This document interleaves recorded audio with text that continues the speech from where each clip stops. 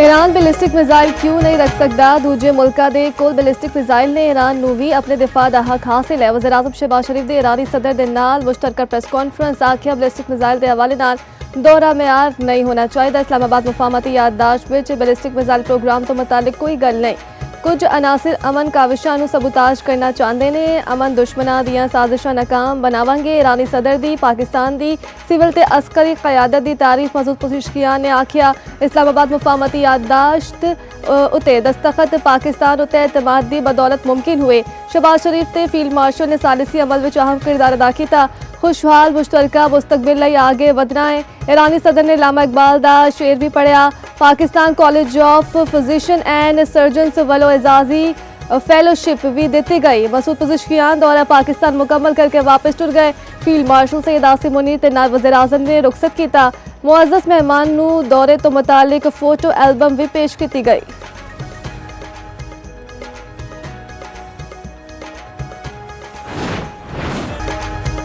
तशक्कुर रई जमूर ईरान अज पाकिस्तान। ईरानी सदर मसूद पज़ेशकियान दा एक रोज़ा दौरा पाकिस्तान तारीखी इस्तकबाल। वज़ीर आज़म हाउस विच इस्तकबालिया तकरीब गार्ड ऑफ ऑनर पेश किया गया। ईरानी सदर ने गार्ड ऑफ ऑनर दा मुआयना किया। नूर खान एयरबेस उत्ते सदर आसिफ अली ज़रदारी वज़ीर आज़म शहबाज शरीफ ते नायब वज़ीर आज़म इसहाक डार ने इस्तकबाल किया। श्रीमन पीपल्स पार्टी बिलावल भुट्टो ज़रदारी ने खातून ने अव्वल आसफा भुट्टो ने भी इस्तकबाल किया। पाकिस्तान आमद उत्ते ईरानी सदर नूं 21 तोहफा की सलामी दी गई। पाक फिजाइया के तैयारियां ने फलाई पास्ट पेश किया। पाकिस्तान फिजाई हदूद के दाखिले उत्ते पाक फिजाइया के जहाज़ा ने ईरानी सदर के जहाज़ा नूं हिसार विच ले लिता। ईरानी सदर के जहाज़ नूं मेनाब स्कूल के शहीद बच्चियां की याद विच मेनाब 168 का नाम दिता गया। ईरानी सदर मसूद पज़ेशकियान दी सदर आसिफ अली ज़रदारी वज़ीर आज़म शहबाज शरीफ ते फील्ड मार्शल सैयद आसिम मुनीर नाल मुलाकात। ईरानी सदर दी ऐवान सदर विच आसिफ अली ज़रदारी नाल मुलाकात। ऐवान सदर आमद उत्ते सदर ज़रदारी ने इस्तकबाल किया। ईरानी सदर मसूद पज़ेशकियान दे वज़ीर आज़म शहबाज शरीफ नाल भी मुलाकात। फील्ड मार्शल नायब वज़ीर आज़म ते वज़ीर दाखिला दी भी शिरकत। वफूद दी सतह उत्ते भी मुज़ाकरात। वज़ीर आज़म शहबाज शरीफ ईरानी वफ़द नाल मिले मुसाफा किया। अब्बास अरागची दे नाल खुशगवार जुमलियां दा तबादला। ईरानी सदर ने वज़ीर आज़म हाउस विच पौधा भी लगाया। ISPR के मुताबिक ईरानी सदर मसूद पज़ेशकियान फील्ड मार्शल सैयद आसिम मुनीर नाल भी मिले। इलाकाई तरक्की ते अमन दे इकदामात उत्ते तबादला ख्याल किया। ISPR का आखना है कि फील्ड मार्शल ने खिते विच अमन इस्तेहकाम लई पाकिस्तान के गैर मुतज़लज़ल अज़म का इआदा किया।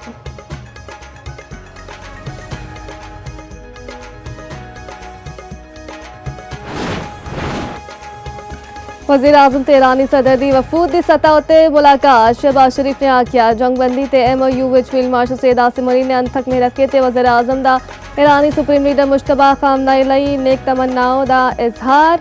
फारसी जुबान विच गलबात की। पाकिस्तान ईरान दोस्ती जिंदाबाद भी आखिया।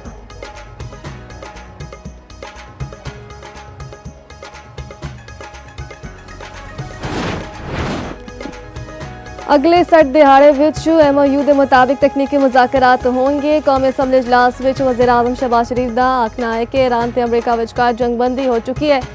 कभी उम्मीद है कि अमरीका ते ईरान तारीखी मुआहदे उत्ते अपर जाएंगे। ईरान अमरीका मुज़ाकरात विच सालिसी उत्ते ब्रीफिंग देंदे वज़ीर आज़म ने आखिया पाकिस्तान ने खलूस से दिल नाल अमल लई कोशिशां कीतियां। पूरी आलमी बरादरी पाकिस्तान के बेमिसाल किरदार दी मोतरफ है।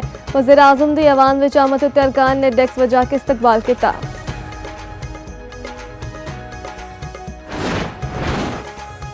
वफाकी वज़ीर दाखिला मोहसिन नकवी नाल ईरानी हम मनसब सिकंदर मोमनी की मुलाकात। पाक ईरान ताल्लुकात ते अमन मुआहदे के हवाले नाल गलबात। खिते विच कशीदगी घट होने उत्ते इत्मीनान का इजहार। इंसदाद दहशतगर्दी सने मुख्तलिफ शोबियां विच ताउन वधाउण उत्ते इत्तफाक। वज़ीर दाखिला मोहसिन नकवी ने आखिया पाकिस्तान हमेशा तो दुनिया भर विच अमन ते इस्तेहकाम दा ख्वाहिशमंद रहा है। मशरिक वस्ता विच देर पा अमन लई पाकिस्तान कोशिशां जारी रखेगा। उम्मीद है अमन मुआहदे दे खिते ते दूसरे नताइज सामने आएंगे।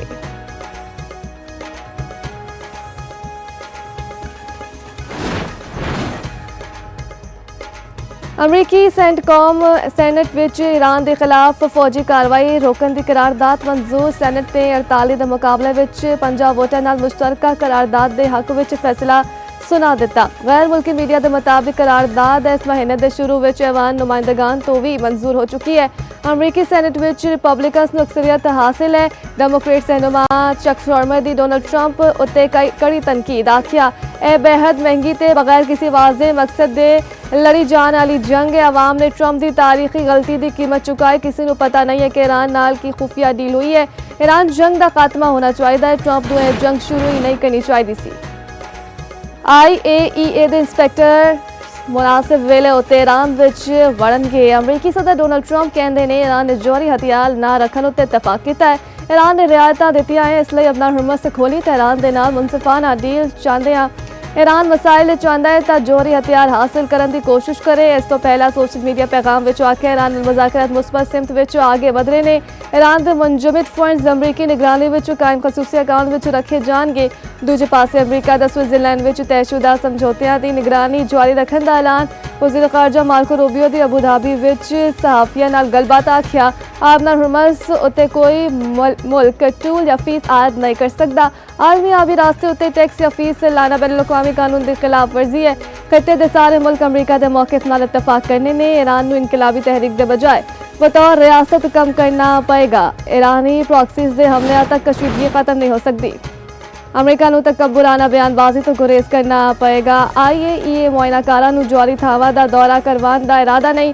तर्जुमान ईरानी वजारत ख़ारजा इस्माइल बकाई की न्यूज़ कॉन्फ्रेंस आख्या लिबनान में जंगबंदी अवलीन शर्तां भी शामिल है।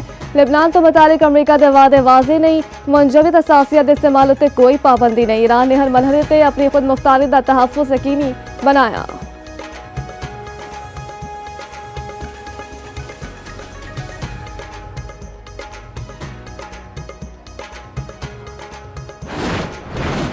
बरतानवी वज़ीर आज़म के स्टॉर्मर नाल एंडी बर्नहम की मुलाकात। स्टॉर्मर ने इक़्तिदार दे मुंतकली लई कोशिशां तेज़ कर दित्तियां। बर्नहम नूं अफसरां तो ब्रीफिंग लेने की इजाजत भी दी गई। लेबर पार्टी की क्यादत लई एंडी बर्नहम वाहिद उम्मीदवार। गैर मुल्की मीडिया के मुताबिक दूजा उम्मीदवार न आया तो बर्नहम 17 जुलाई नूं वज़ीर आज़म बन सकते हैं।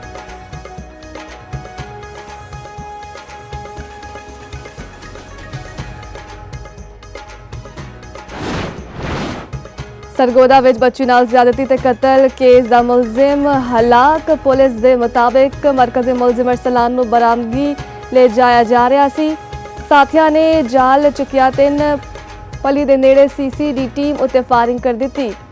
मरकजी मुलजिम अरसलान अपनी साथियों की फायरिंग नाल मारा गया। बच्ची की दुकान उत्ते जांदिया CCTV फुटेज भी सामने आ गई। दुकानदार ने बच्ची नूं ज़्यादती बाद कतल किया। केस CCD के हवाले किया गया।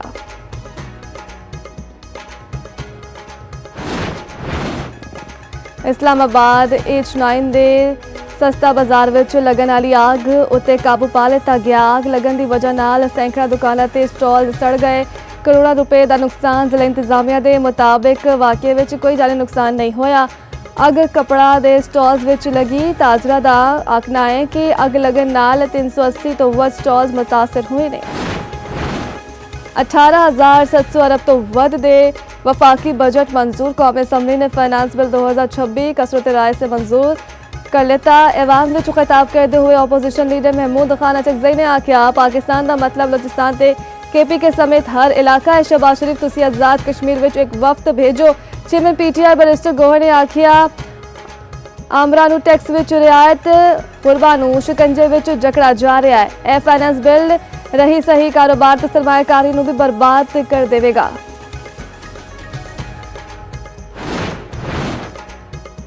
केड़ी हुकूमत कानूनी है केड़ी गैर कानूनी आ जाओ 2018 तो तहकीकात कर लेंदे आ। दूध दा दूध ते पानी दा पानी हो जाएगा। वज़ीर आज़म शहबाज शरीफ अपोजिशन नूं पेशकश। अपोजिशन लीडर महमूद खान अचकजई ने जवाब देंदे हुए आख्या 2018 तो शुरू कर दिया फिर 2024 उत्ते भी आ जावांगे। वज़ीर आज़म दा ऐवान विच आमद उत्ते opposition leader Mahmood Khan Achakzai chairman PTI barrister Gohar ते दूजे रहनुमावां नाल हथ मिलाया।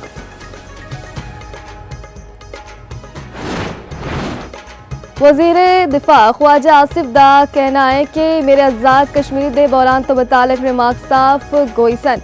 जिन्हां लोकां दे मनफी एजेंडे ने ओ मेरे बयान नूं तोड़ मरोड़ के पेश कर रहे ने।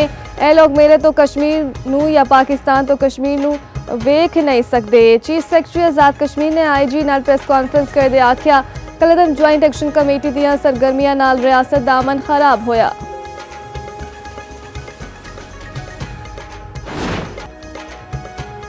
स्पीकर पंजाब असम्बली मलिक अहमद खान नून लीगी सूबाई वज़रा दे रवैये ते बरहम।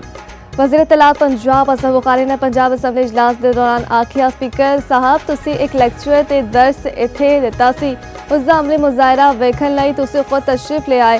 स्पीकर ने टोकते हुए आखिया, मैं कोई लैक्चर या दर्स नहीं दिता, हकाइक बयान किते सन। वज़ीर बलदियात पंजाब गुलशान रफीक दी स्पीकर नू सुथरा पंजाब हैड ऑफिस आने की दावत।